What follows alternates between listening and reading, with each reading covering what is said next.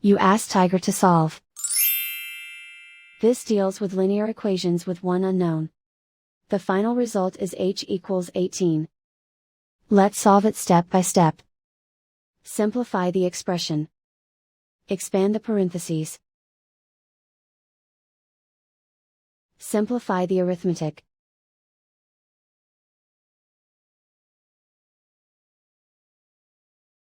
Group all constants on the right side of the equation.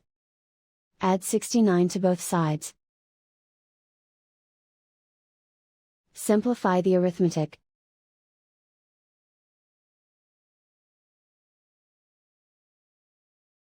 Isolate the m. Divide both sides by 4. Simplify the fraction. Find the greatest common factor of the numerator and denominator. Factor out and cancel the greatest common factor. And so the final result is h=18.